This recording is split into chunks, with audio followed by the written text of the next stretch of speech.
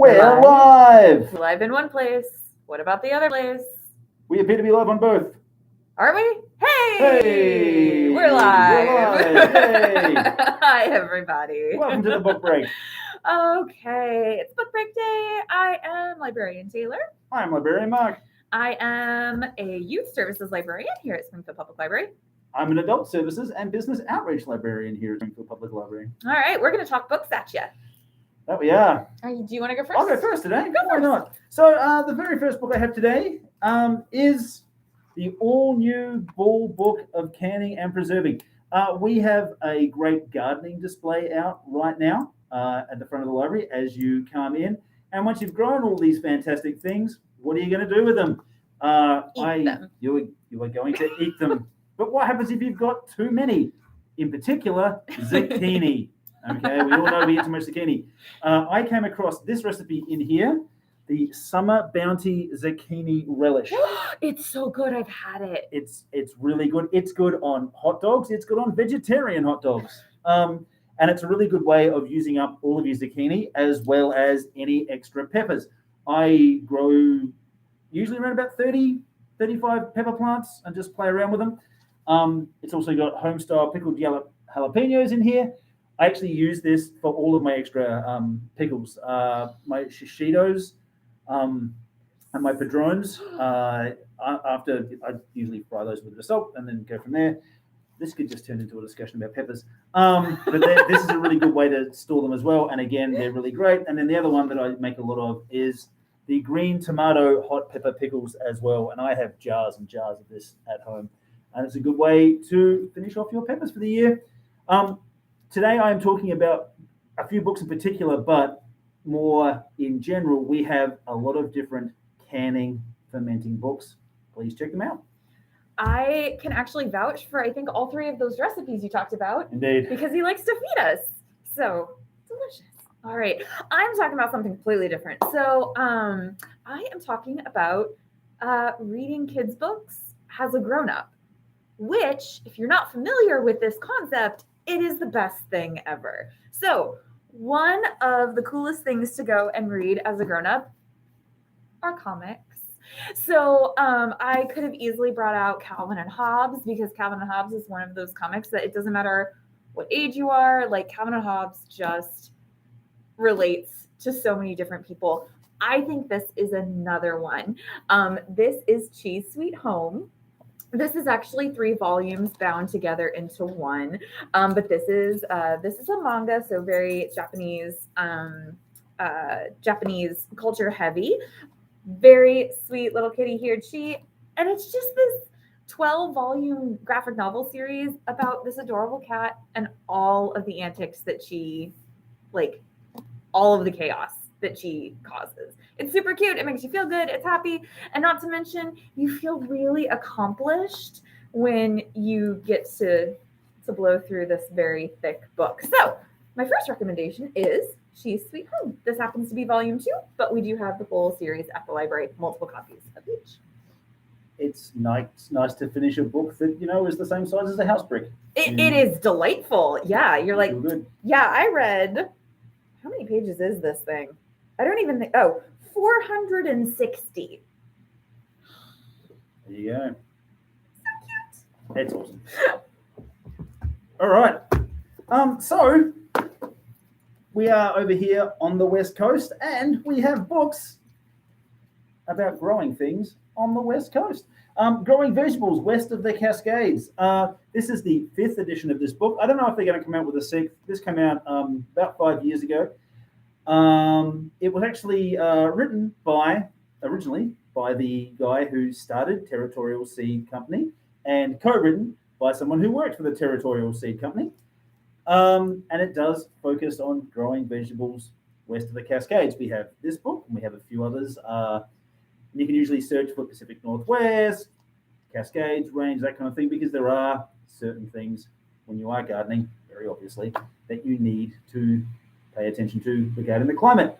How that's going to change in the next 5-10 years, we don't know yet. I think we're going to get more editions. I think we shall. Yeah. I very much hope so. Then we actually have this one, which I thought was pretty interesting. This is from someone creating a garden up in Seattle, For 2 decades, Madeline wrote Notes from the Gardens up in Seattle. It's just another nice, beautiful little book about growing things. It's got chapters like autumnal urgency, which is just a beautiful phrase. So here we go. Notes from the Garden. All right. My next book is one of the most delightfully bizarre books. It's called Alien Nation. So this was originally published in Mexico. The artist and author is Venezuelan, and then it got picked up by an American publisher just this past year.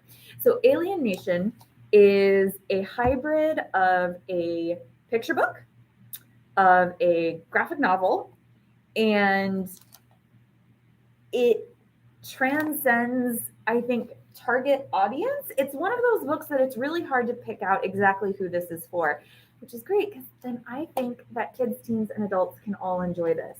So Alien Nation, it is completely wordless. You'll notice that it is sequential like a graphic novel. However, this is an incredibly slim book. This is definitely like picture book format. But this is an examination of how we relate to technology. It's stunning, like it's absolutely beautiful. And every time I flip through it, I find something else. We have lots of these books in the library, not just this one. So if you're interested in flipping through something like this, just let us know. There's some really good stuff, but sometimes it's hard to figure out where to put them. So they might be in various areas of the library. I think if you've ever flipped through an Edward Gorey, which is not a kid's book.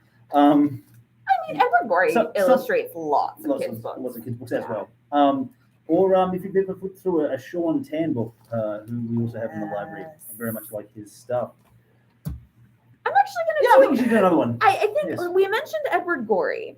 And if you are a fan of Edward Gorey or Jane Eyre or any very Charles Dickinson, anything that is like, I'm a poor urchin on the streets in England in Victorian times, and yes, fetch me my fainting couch and my smelling salts, and the world is just awful and everything is gray, but it's delightful because I'm reading about it and instead of actually experiencing it.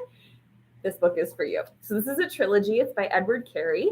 Edward Carey, even though this series of 3 books is in our kids area, this would fit just as well in young adults, and he writes specifically for adults as well. So you'll find him all over the library.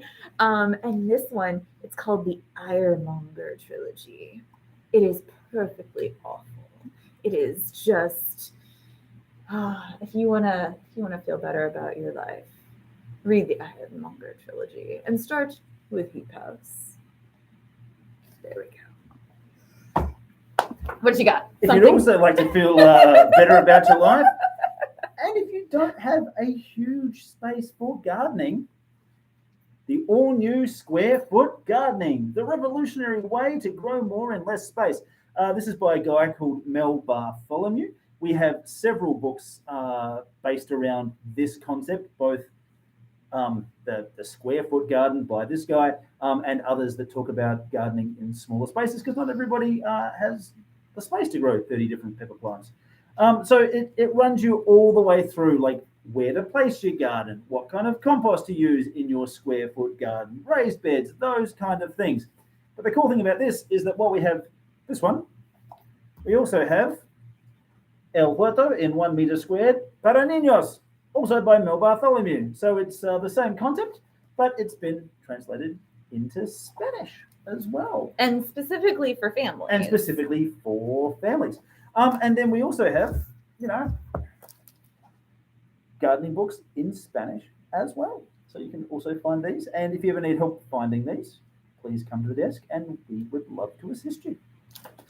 All right, that's my books. I'm going to wrap us up with a few different books on nonfiction. So nonfiction in the kids area is so deceptive because we have everything from like these really slight, like, tell me about snails, like little picture books, to incredibly robust, fascinating books with like middle schoolers and high schoolers in mind. There's such a wide range.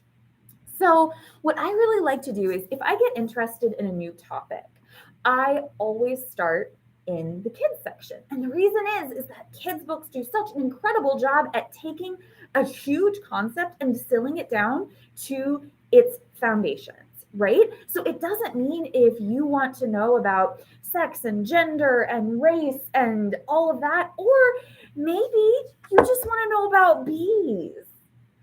Look at this book. So if you were a fan of like the Richard Scarry style books when you were a kid with just tons of things to pour over and look at, this book is for you. I loved animal encyclopedias whenever I was a kid. I would read the same ones just over and over and over and over again. I love a good infographic.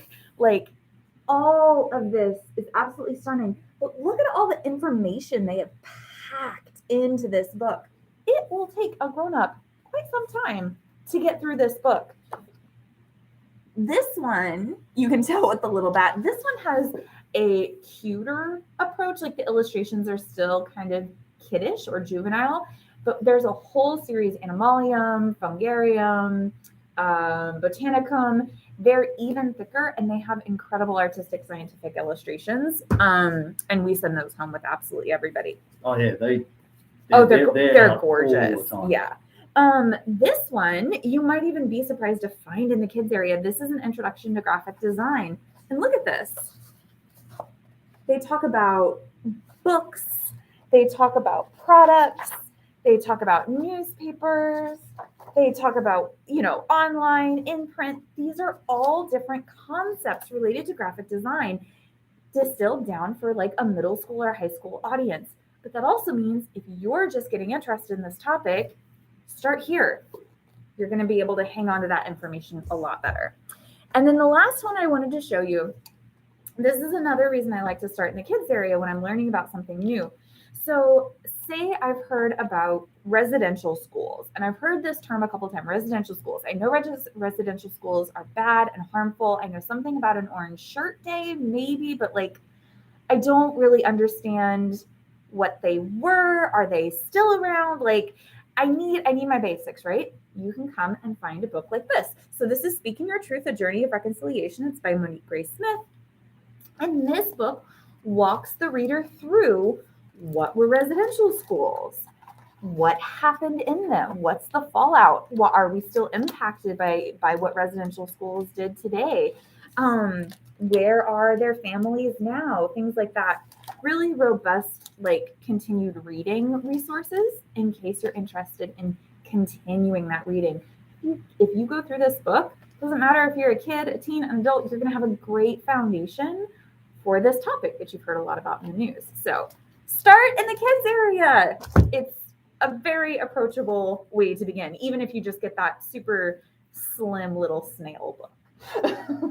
And as always, I mean, the hope is that once you've started in the kids section, hopefully it'll whet your appetite and we'll be able to move you through and find some more resources for you, whether that's another book from the juvenile section, whether it's something that's tagged as YA and kept in the adult section, or the adult books, or resources online. And we're always happy to try and help you find stuff. Yeah, read everywhere. Read in all sections of the library.